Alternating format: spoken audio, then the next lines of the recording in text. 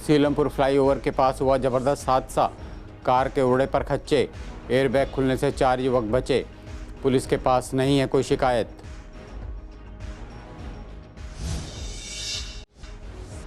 मौसेरे भाई और जीजाने की हत्या, बोरे में पड़ा मिला शव। फ्लैट खाली करने को लेकर हुआ था झगड़ा। सीसीटीवी फुटेज में हुई इको वैन की पहचान।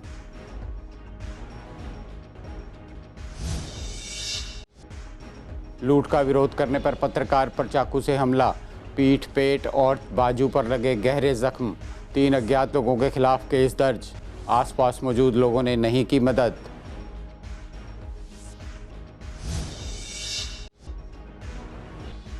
चोरी के आरोप में 2 नाबालिगों सहित 3 आरोपी गिरफ्तार। ज्वेलरी और कैश बरामद। पुलिस कर रही आगे की तफ्तीश।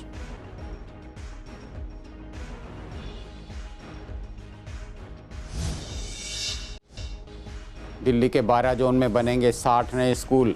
हर जोन में 5 नए स्कूल बनाने की एमसीडी की योजना। जिन वार्डों में नहीं एक भी स्कूल, उनकी पहचान का काम शुरू।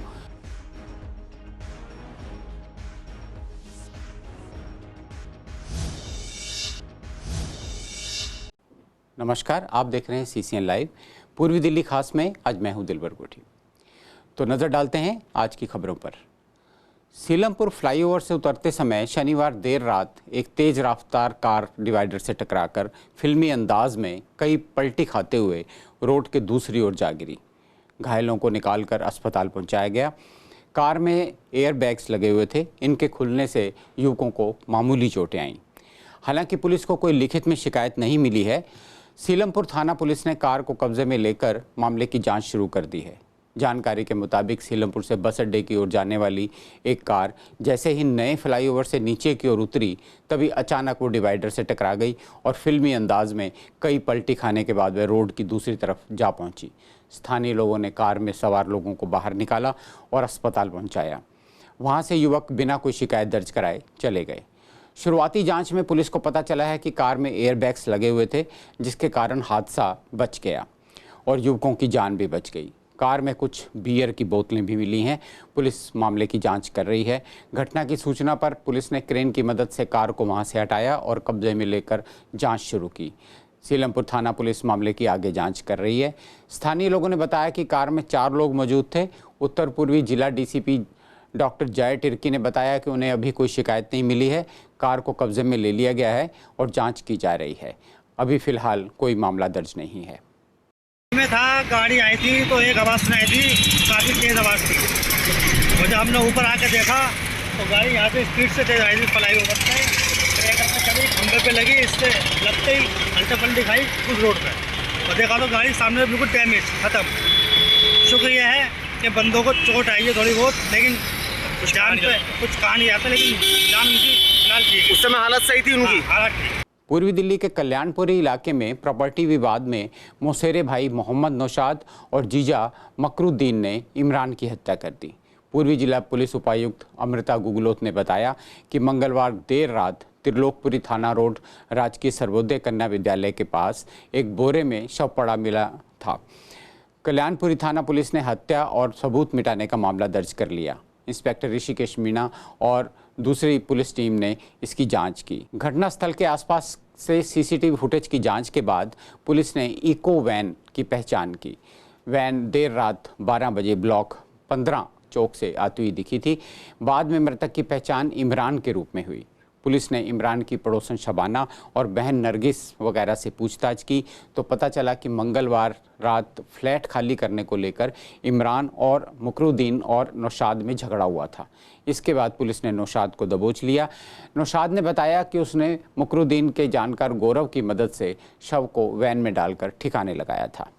मयूरविहार फेज 2 में लूटपाट का विरोध करने पर शनिवार रात अज्ञात हमलावरों ने एक पत्रकार पर चाकू से हमला करके बुरी तरह जख्मी कर दिया। पुलिस के मुताबिक पीड़ित धना सुमोद टीवी पत्रकार हैं। वो रात में करीब 8 बजे दफ्तर से काम करके अपने घर जा रहे थे। तभी संजय पार्क के करीब 3 हमलावरों ने उन्हें घेर लिया और लूटपाट की कोशिश करने लगे। उन्होंने अपने आप को बचाने की कोशिश की और इसका विरोध किया तो उन्होंने उनसे तेज़ धार हथियार से उन्हें घायल कर दिया। उन्होंने सुमोद से पर्स और फ़ोन मांगा। जब उन्होंने बच निकलने की कोशिश की तो बदमाशों ने उन पर हमला किया। उन्हें पीठ, पेट और बाजू पर गहरे जख्म आए हैं। इसके बाद आरोपी मौके से फरार हो गए। पत्रकार का कहना है कि आसपास काफ़ी लोग थे, किसी ने उन्हें बचाने की कोशिश नहीं की। बाद में इलाके के लोगों ने पुलिस को सूचना दी। पत्रकार के परिवार की शिकायत पर 3 अज्ञात लोगों के खिलाफ पांडव नगर थाना पुलिस में मामला दर्ज किया गया है। पुलिस मामले की जांच कर रही है। एक निजी अस्पताल में इलाज के बाद उन्हें छुट्टी दे दी गई। शाहदरा जिले की गीता कॉलोनी थाना पुलिस ने 3 लोगों को गिरफ्तार किया है। गिरफ्तार आरोपियों में से 2 नाबालिग हैं। गिरफ्तार आरोपियों पर घर में चोरी करने का आरोप है। पुलिस को इनके इस इलाके में आने की सूचना मिली थी। पुलिस ने ट्रैप लगाकर उन्हें धर दबोचा। इनके पास से ज्वेलरी, कैश बरामद हुआ है। पुलिस अभी आगे की तफ्तीश कर रही है। एमसीडी ने दिल्ली के हर जोन में 5 नए स्कूल बनाने की योजना तैयार की है। पूर्वी दिल्ली में भी हर जोन में ऐसे स्कूल खुलेंगे। पूर्वी दिल्ली में 2 जोन हैं। इस योजना को अमल में लाने के लिए जोनल एजुकेशन डिपार्टमेंट ने उन वार्डों की पहचान करने का काम शुरू कर दिया है जिसमें एक भी स्कूल नहीं है। इस तरह से दिल्ली के 12 जोन को मिलाकर कुल 60 नए स्कूल बनाए जाएंगे। इतना ही नहीं, हर वार्ड में जर्जर हो चुके 5 स्कूलों की बिल्डिंग को तोड़कर उनकी जगह नई बिल्डिंग बनाने का भी प्लान है। एजुकेशन डिपार्टमेंट के अधिकारियों का कहना है कि एमसीडी स्कूलों में बच्चों की संख्या लगातार बढ़ती जा रही है। ऐसे में लंबे समय से नए स्कूलों की ज़रूरत महसूस हो रही थी, लेकिन बजट का इंतज़ाम ना होने के कारण इस योजना पर काम शुरू नहीं हो पा रहा था। दिल्ली के 12 जोन में कुल मिलाकर प्राइमरी स्कूलों की संख्या 1185 है। इन बिल्डिंगों में एमसीडी के 1535 प्राइमरी स्कूल चल रहे हैं। इस समय एमसीडी के स्कूलों में 8,74,472 बच्चे पढ़ रहे हैं। इस मामले में हमारे संवाददाता मोहित शर्मा ने इलाके के डीसी से बात की। उन्होंने बताया कि अभी एमसीडी को फंड मिला है और अपने अपने इलाके में 5-5 स्कूल दोबारा बनवाने और 5 नए स्कूल बनाने की ज़मीन को लेकर बात की गई है। इसकी फाइल सिविक सेंटर जा चुकी है और हम इस पर जल्द से जल्द कार्रवाई भी शुरू कर देंगे। अभी एमसीडी को कुछ फंड मिला है या मिलने की संभावना है। उसके हिसाब से एमसीडी के आयुक्त महोदय ने एक प्रपोजल सभी डीसीज को दिया कि हम लोग अपने क्षेत्र के 5-5 वैसे स्कूल को सेलेक्ट करें जिसमें बहुत ज़्यादा रिकन्स्ट्रक्शन की ज़रूरत है। स्कूल था लेकिन ढह गया है और उसके बगल में कोई नई बिल्डिंग बनानी है, मेजर रिपेयर जिसमें है, न्यू कंस्ट्रक्शन ही सोचो। वैसे 5 स्कूल सर हर जोन से जाएंगे और 5 नए स्कूल बनाने का जगह देना है तो ये, और 5 ऐसे स्कूल जिसमें माइनर रिपेयर करना है। तो हर जोन से 15-15 स्कूल का गया है और सिविक सेंटर में डायरेक्टर एजुकेशन इसको कंसीडर करेंगे और आगे का काम होगा। सर, जो जर्जर हालत में स्कूल पड़े हुए हैं प्राइमरी स्कूल, उसको भी बंदोबस्त किया जाएगा? उसको भी एमसीडी में सारे प्राइमरी स्कूल ही हैं। मैं प्राइमरी स्कूल की ही बात कर रहा हूँ जी, कक्षा 1 से लेके 5वीं तक। शाहदरा जिले की फर्श बाजार और सीमापुरी थाना पुलिस ने 2 भगोड़े घोषित अपराधियों को गिरफ्तार किया है। फर्श बाजार थाना पुलिस ने भगोड़े अकील को ओल्ड तेजाब मिल से गिरफ्तार किया है। पुलिस को अकील के इलाके में आने की सूचना मिली थी। इसके बाद ट्रैप लगाकर उसे गिरफ्तार किया गया। वहीं सीमापुरी थाने के एसएचओ विनय यादव की टीम ने ट्रैप लगाकर भगोड़े घोषित अपराधी को मयूर विहार से गिरफ्तार किया। पुलिस टीम में head constable Chandan, head constable Sachin Kumar, head constable Shailendra भी शामिल थे। सोनिया विहार में एक छात्रा से मारपीट और जान से मारने की धमकी देने का मामला सामने आया है। पीड़ित 18 साल की छात्रा परिवार के साथ सोनिया विहार में तीसरे पुश्ते के पास रहती है। आपको बता दें कि पीड़िता 19 अप्रैल की शाम 6:30 बजे पहला पुश्ता स्थित ट्यूशन क्लास से अपनी 2 सहेलियों के साथ घर लौट रही थी। रास्ते में 2.5 पुश्ते पर एक आइसक्रीम की दुकान पर रुकी। तभी वहां वीरेंद्र उर्फ बॉबी पहुंचा। वीरेंद्र उसे रोकने लगा तो वो अनसुना कर आगे जाने लगी। इस पर उसने आगे से रोक लिया और कहा, मैंने सुना है कि तू मुझे पिटवाने वाली है। उसने मना किया तो आरोपी ने उसके साथ मारपीट की और जान से मारने की धमकी दी। शाहदरा के सीमापुरी में मार्शल आर्ट की नाबालिग छात्रा से छेड़छाड़ और मारपीट करने का मामला सामने आया है। पीड़िता ने पुलिस को बताया कि वो अपने भाई के साथ जीटीबी एन्क्लेव में एक दंपति से मार्शल आर्ट की ट्रेनिंग ले रही थी। दंपति शराब के नशे में उसे ट्रेनिंग देता था। इसकी शिकायत उसने पुलिस कंट्रोल रूम को दी थी और वहां जाना छोड़ दिया था। इस पर दंपति ने उसे मारने की धमकी दी थी। 7 अप्रैल को आरोपी नशे में पहुंचा और उसे धमकाने लगा और उसके साथ छेड़छाड़ भी की। 12वीं क्लास के स्टूडेंट्स को कॉलेज में एडमिशन के लिए पिछले 2 सालों से common entrance university test CUET pass करने के बाद ही दाखिला मिल रहा है। ऐसे में उनके 12वीं में चाहे जितने भी मार्क्स क्यों ना हो, उससे कोई फ़र्क नहीं पड़ता। उन्हें केवल CUT के मार्क्स के आधार पर ही कॉलेज में दाखिला मिलेगा। इस पर टीचर्स का कहना है कि CUET के एग्ज़ाम की वजह से बच्चों में अब 12वीं के एग्ज़ाम देने की रुचि नहीं रहती है। पेरेंट्स भी चाहते हैं कि बच्चे केवल CUET की तैयारी करें और रेगुलर स्कूल ना करें। ऐसे में CUET को परसेंटेज सिस्टम ज़रूर लाना चाहिए जिससे स्टूडेंट्स 12वीं के मार्क्स को तवज्जो दे सकें। TGT धारा सिंह मीना का कहना है कि CUET के एग्ज़ाम में अपीयर होने के लिए 12वीं क्लास में पास परसेंटेज तय की जाए। यूनिवर्सिटी ग्रांट्स कमीशन ने कॉलेजों में दाखिले के लिए क्यूट के एग्ज़ाम की अनिवार्यता की है। जहां पहले वर्ष इस एग्ज़ाम के लिए 75 लगभग यूनिवर्सिटीज़ ने अपनी सहमति दी थी, वहीं इस बार 200 से ज़्यादा यूनिवर्सिटी ने अपनी सहमति दी है और उसी के माध्यम से आप कॉलेजों में दाखिला ले सकते हैं। पर इस बार देखा यह गया है कि अधिकतर अभिभावकों की ये राय है कि जब क्यूट के एग्ज़ाम के लिए 12वीं क्लास में कोई पास परसेंटेज तय नहीं है तो ऐसी स्थिति में पेरेंट्स ये चाहता है कि मेरा बच्चा बिना जाए ही 11वीं 12वीं का एग्ज़ाम दे दे और किसी प्राइवेट इंस्टीट्यूट से वो क्यूट के एग्ज़ाम की तैयारी करे। मेरा यूनिवर्सिटी ग्रांट्स कमीशन से ये मानना है, अगर इस पर अभी अंकुश नहीं लगाया गया, जिस प्रकार से आपने JEE एग्ज़ाम के लिए 75% मार्क्स की अनिवार्यता की है, नीट के एग्ज़ाम के लिए 50% मार्क्स की अनिवार्यता की है, इसी प्रकार क्यूट का एग्ज़ाम देने के लिए भी एक पास परसेंटेज फिक्स की जाए। 12वीं कक्षा के परीक्षा परिणाम की उपयोगिता ख़त्म करता है CUT। इसके बारे में मैं कहना चाहता हूं कि ये जो CUT का एग्ज़ाम हो रहा है, कॉमन यूनिवर्सिटी एंट्रेंस टेस्ट हो रहा है, ये जो इसकी शुरुआत हुई थी वो शुरुआत हुई थी 2 साल पहले 2021 के अंदर। इससे वर्तमान समय के अंदर बच्चों के अंदर एक जो परिणाम की जो सोच थी सकारात्मक, वो ख़त्म हो गई। पहले ऐसी सोच थी कि मैं अच्छा पढ़ूं जिससे क्या मेरा एग्ज़ाम में अच्छे नंबर आएंगे और सब्जेक्ट पे पकड़ बनती थी।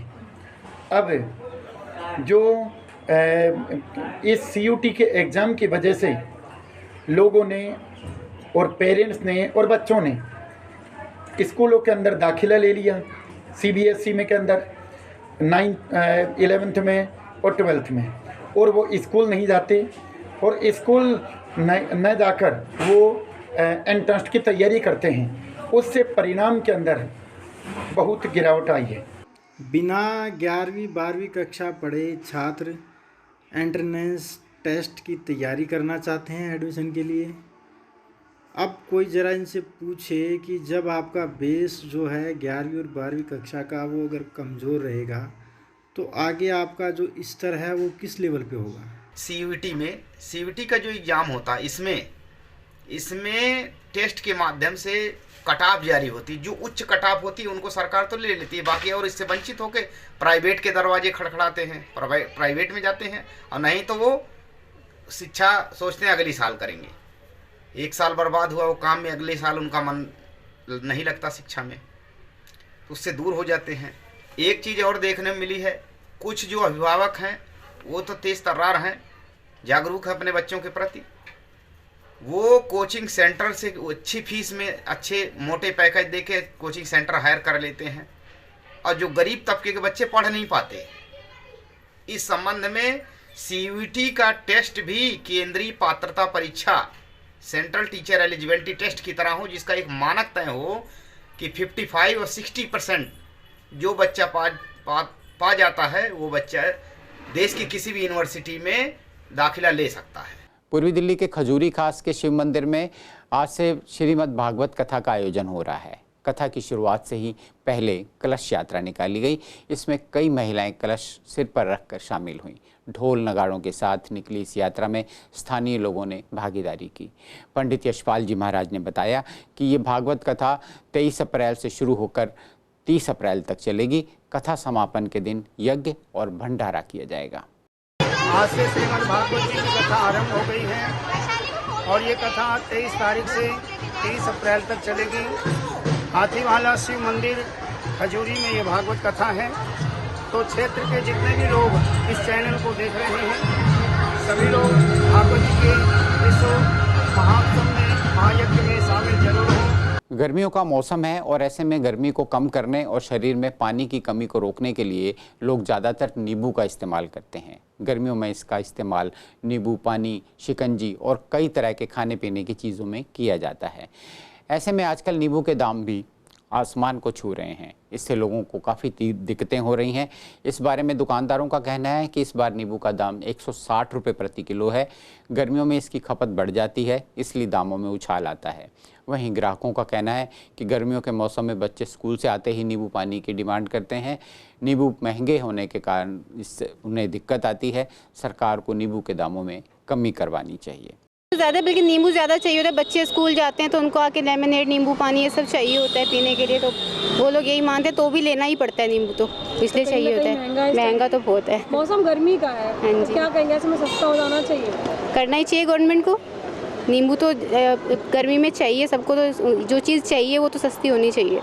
नींबू का रेट हो गया जी 160 रुपये किलो। और अगर 250 ग्राम लेते हैं तो 40 रुपये। 40 रुपये। उसके कहना है कि 50 रुपये तक भी 250 ग्राम का बिक रहा है। कहीं कहीं बिक रहा है, कहीं कहीं बिक रहा है जी। हम लोग तो 40 रुपये पाव बिक रहे हैं। इससे पहले क्या रेट चल रहा था? 30 रुपये पाव, 20 रुपये पाव था। एक महंगा हो गया। वजह क्या लग रही है जितना महंगा आ रहा है नींबू? अब पीछे से ही महंगा आ रहा है हमको मालूम। तो लोग खरीद रहे हैं या फिर कम अवॉइड कर रहे हैं? नहीं खरीद रहे लोग, गर्मी बहुत है। नींबू चला है 40 रुपये पाव, 1.5 किलो 150 का। 150 का किलो। तो लोग खरीद रहे हैं या नहीं खरीद? खरीद रहे हैं। वजह क्या लग रही है कम खरीदने की? महंगाई लग रहा है, महंगा लग रहा है इसलिए लोग जो खरीदारे आते हैं। हाँ ये बोलो अभी महंगा है, हर बार गर्मी में बढ़ जाती है। नींबू आने लगा सस्ता हो गया, जब कम आता है तो महंगा हो जाता है। अच्छा। अभी ज़्यादा आ रहा है, अभी तो कम हो गया। 50 रुपये पाव भी बिक गया, अभी 40 रुपये पाव बिक रहा है। दिक्कत होती है ये, लेकिन नींबू गर्मी में खपत ज़्यादा होती है तो नींबू का रेट बढ़ना ही है। हाँ, ये अभी तो शुरू है, जैसे जैसे तापमान बढ़ेगा वैसे वैसे और बढ़ेगा नींबू का रेट। वजह क्या लगती है जिस तरीके से नींबू की खपत बढ़ जाती है? खपत बढ़ने से होती है, पैदावार तो वही होती है लेकिन खपत बढ़ जाती है, इसलिए तेजी हो जाती है। क्या रेट मिल रहा है? अभी तो 150 रुपये किलो है, 160 150 ज़्यादा इस्तेमाल करते हैं ना, इसलिए बढ़ जाती है। आज के बुलेटिन में बस इतना ही। और खबरों के लिए देखते रहिए CCN लाइव। नमस्कार।